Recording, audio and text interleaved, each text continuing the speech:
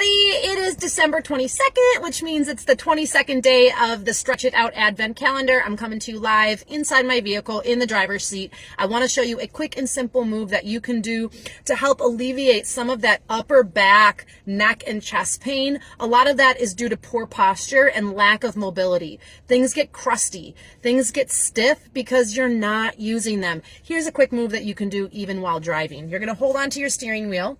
Make sure you're paying attention to the road, but super simple. Relax your shoulders down, and on the inhalation, pinch your shoulder blades together and lift your chest as much as you can. There might be some crunching or clicking there. And then as you exhale, round your back and try to pull the fronts of your shoulders together like you're trying to tie a bow.